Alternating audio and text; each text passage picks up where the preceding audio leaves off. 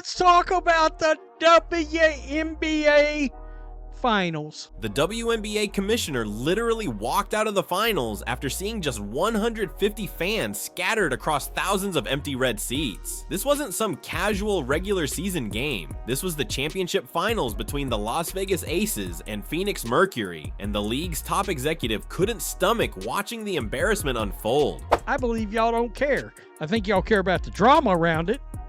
I do believe that, but I don't think you care about the events itself. And judging by ticket prices, neither does anybody else. Picture this scene. You're expecting the biggest night in women's basketball. Two powerhouse teams battling for the title. MVP level talent on full display. Instead, you get a ghost town that would make a Tuesday night bowling alley look packed. The commissioner took one look at those endless rows of vacant seats and decided this disaster wasn't worth sticking around for. But here's where it gets absolutely ridiculous. The league had been bragging all season about record-breaking attendance and massive television ratings. If ever there was proof that the Caitlin Clark fans / Fever fans are now the overwhelming majority of the fandom,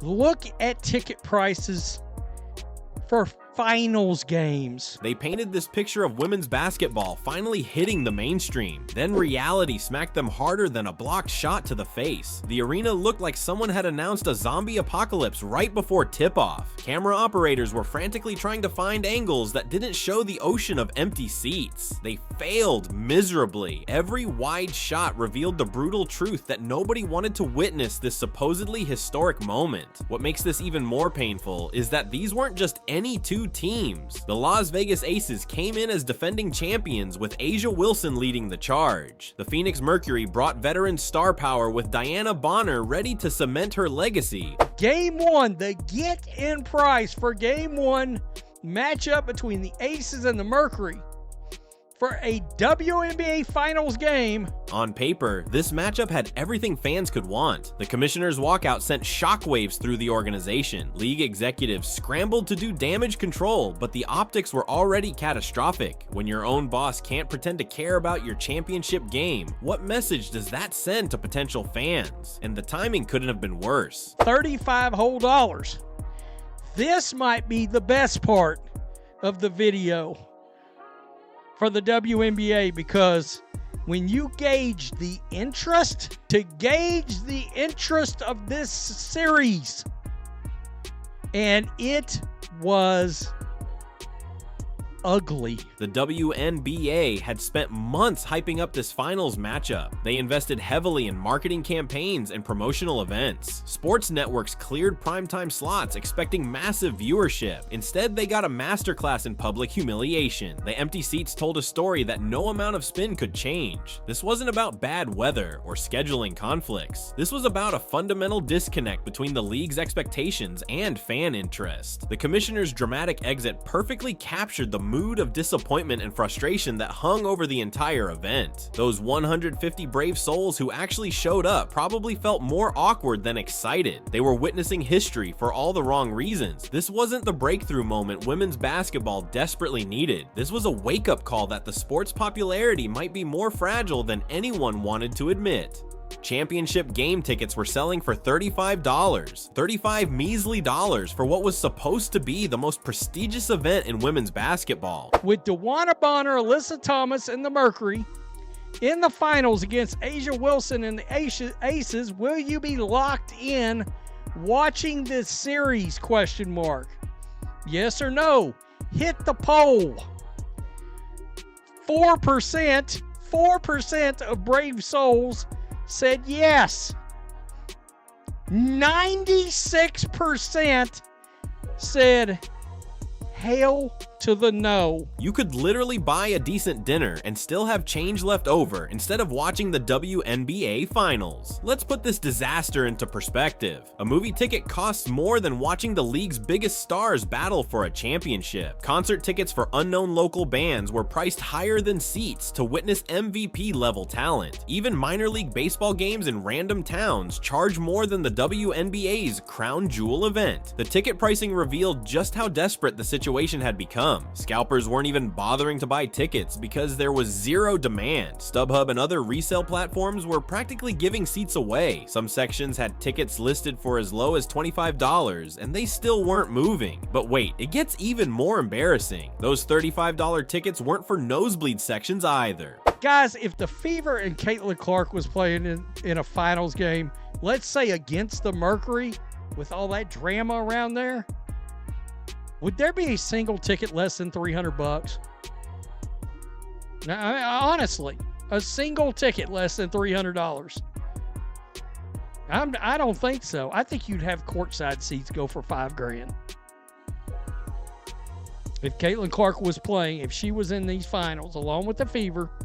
Premium seats with perfect views of the court were available at fast food meal prices. Courtside seats that should have cost thousands were going for a couple $100 maximum. Compare this pricing catastrophe to what happens when Caitlin Clark plays. Her Indiana Fever games had tickets starting at $300 minimum. Courtside seats regularly sold for $5,000 or more. The demand was so insane that people were paying mortgage payment amounts just to watch one rookie play basketball. Here's the brutal reality check. If Caitlin Clark had somehow made the finals, those same $35 tickets would have been selling for 10 times that amount. The contrast wasn't just embarrassing, it was financially devastating for the league and team owners. You are not invested, you are not interested in watching this BS transpire on your television sets. The Mercury and Aces organizations were hemorrhaging money on their biggest revenue opportunity of the year. Concession stands were practically empty. Merchandise sales were non-existent. Parking lots looked like abandoned shopping centers. Every possible income stream dried up simultaneously, and the league's response was absolutely tone deaf. Instead of acknowledging the pricing disaster, executives tried spinning the low costs as making basketball more accessible to families. Nobody was buying that explanation when the real issue was nobody was buying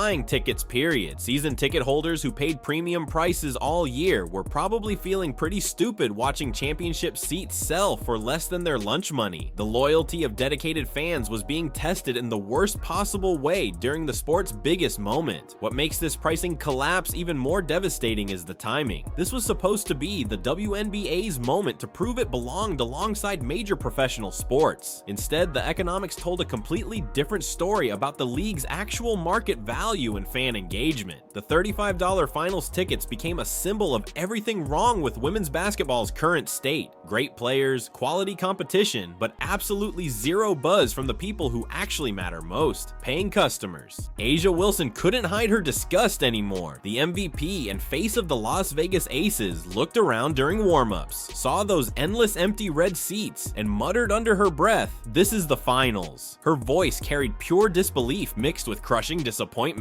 But that was just the beginning of the meltdown. Diana Bonner took the microphone after game 1 and absolutely unloaded on everyone. She didn't hold back, didn't sugarcoat anything, and definitely didn't care about being diplomatic. Her post-game interview became an instant viral moment for all the wrong reasons. Bonner's words cut deep into the heart of the problem. You work your entire career for moments like this, and you just hope people care enough to show up. The frustration in her voice was impossible to miss. This wasn't just disappointment. This was rage from someone who felt completely abandoned by the sport she dedicated her life to. Not only that, but the cameras caught everything, every grimace, every head shake, every moment of visible irritation as these superstars realized they were playing to an audience that could fit in a high school gymnasium. The broadcast kept cutting to wide shots of empty sections, making the situation even more painfully obvious. A'ja Wilson's press conference comments hit differently because she usually stays composed under pressure. When she said, "We're playing some of the best basketball out there, but it's like nobody's watching," you could hear the defeat creeping into her voice. This wasn't trash talk or gamesmanship. This was genuine hurt. Then Diana Bonner dropped the nuclear bomb. "It's disrespectful.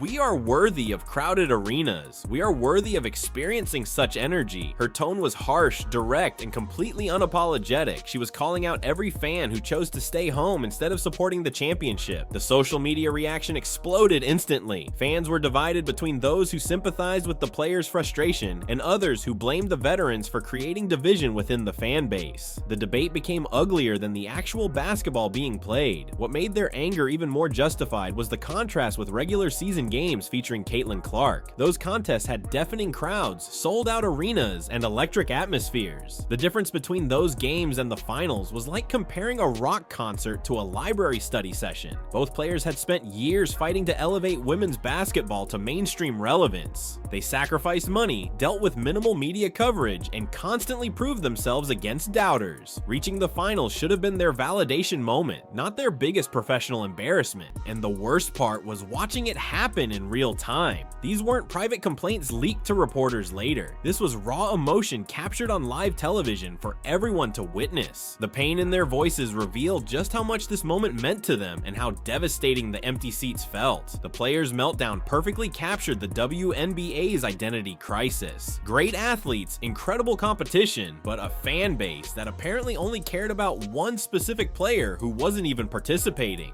Caitlin Clark's absence exposed the WNBA's most terrifying secret. The entire league's popularity was built on the shoulders of one 22-year-old rookie who wasn't even playing in the finals. Without her magnetic presence, the championship became a complete afterthought that nobody wanted to watch. Let's be brutally honest about the numbers. When Clark played with the Indiana Fever, games consistently pulled massive television ratings and set attendance records across the country. Arenas that had never sold out for women's basketball suddenly had waiting lists for tickets. Sports bars that ignored the WNBA for decades were packing crowds to watch this rookie phenom. The contrast was absolutely devastating. Clark's regular season games were generating more buzz than the actual championship series. Her highlight reels went viral on social media, while finals game clips barely registered a blip. The disparity wasn't close. It was embarrassing for everyone involved. Here's where the dependency becomes truly frightening. A poll mentioned during the coverage showed only 4% of respondents planned to watch the final series. 4%. That means 96% of potential viewers had zero interest in the league's biggest event without Clark's involvement. The Indiana Fever's playoff elimination essentially killed mainstream interest in the WNBA postseason. Casual fans who had discovered women's basketball through Clark's college career simply vanished when she wasn't competing for a championship. The league lost its entire casual audience overnight, and the financial implications were staggering. If Clark had somehow made the finals, those $35 tickets would have cost $300 minimum. Courtside seats would have reached $5,000 or more. The revenue difference between Clark's presence and absence probably cost the league millions in potential income. Media coverage dropped off a cliff without the rookie sensation. ESPN and other major networks had dedicated significant airtime to covering Clark's impact throughout the season. Once she was eliminated, those same outlets barely mentioned the finals existed. The mainstream sports media essentially ignored the championship. What makes this dependency even more dangerous is the precedent it sets for the future. If one player can single-handedly determine whether fans care about your product, what happens when that player retires, gets injured, or has an off-season? The WNBA put all their eggs in one basket and learned a harsh lesson about sustainable popularity. League executives had to be panicking behind closed doors. They spent years trying to build a consistent fan base, only to discover their success was entirely dependent on one individual player. This wasn't organic growth, this was a house of cards waiting to collapse. The Clark effect revealed fundamental problems with how the WNBA markets itself and connects with audiences. Instead of selling the sport, the league accidentally became dependent on selling one personality. When that personality wasn't available, the product became virtually worthless to casual consumers. The empty finals served as a wake-up call that the league's foundation was shakier than anyone wanted to admit. The WNBA's championship dream turned into a nightmare that revealed the league's most uncomfortable truths. What was supposed to be a celebration of women's basketball excellence became a masterclass in professional sports failure that nobody could ignore or explain away. The reality check hit harder than anyone expected. League executives had spent months hyping this finals matchup as a battle between historic franchises with superstar talent. They promised compelling storylines, intense competition, and must-see television. Instead, they delivered a product so unappealing that their own commissioner walked out in disgust. The empty arenas exposed a fundamental disconnect between the league's self-perception and actual fan interest. WNBA officials genuinely believed they had built something special that deserved mainstream attention. The sparse crowds and bargain basement ticket prices proved that belief was dangerously wrong, but the problems ran deeper than just attendance figures. Social media engagement was practically non-existent compared to regular season games featuring certain players. Game highlights failed to generate viral moments. Sports talk shows barely acknowledged the finals were happening. The entire sports ecosystem treated the championship as irrelevant background noise. This wasn't about the quality of basketball being played. Both teams showcased incredible talent, intense competition, and championship-level performances. The issue was that nobody outside the arena seemed to care about witnessing that excellence. Great basketball in an empty room doesn't create cultural impact or sustainable revenue, and the timing made everything worse. This finals disaster happened after a season where the league experienced unprecedented attention and growth. The contrast between peak regular season interest and championship indifference couldn't have been more stark or embarrassing for everyone involved. The players' public frustration added another layer of damage to the league's reputation. When your biggest stars are openly criticizing fan support during championship interviews, you've lost control of the narrative completely. Their anger was justified, but it also highlighted how fragile the WNBA's popularity actually was. What made this crisis truly devastating was the missed opportunity it represented. The finals should have been the moment to prove women's basketball belonged alongside major professional sports. Instead, the empty seats and discount tickets sent the opposite message to sponsors, media partners, and potential fans. The league's marketing strategy clearly failed to connect with audiences beyond one specific player's fan base. Executives had no backup plan for generating interest without their biggest draw. The dependency on individual personalities rather than institutional strength became glaringly obvious. The commissioner's walkout became the perfect symbol of everything wrong with this situation. When your own leadership can't pretend to care about your premier event, how can you expect anyone else to invest their time, money, or emotional energy into supporting the product? This finals fiasco wasn't just one bad weekend. It was a warning sign that the WNBA's foundation was built on sand rather than solid ground. The league learned that temporary popularity spikes don't equal sustainable success. If you're enjoying this content and want to see more breakdowns of sports disasters and behind-the-scenes drama, smash that subscribe button and let me know what stories you want covered next.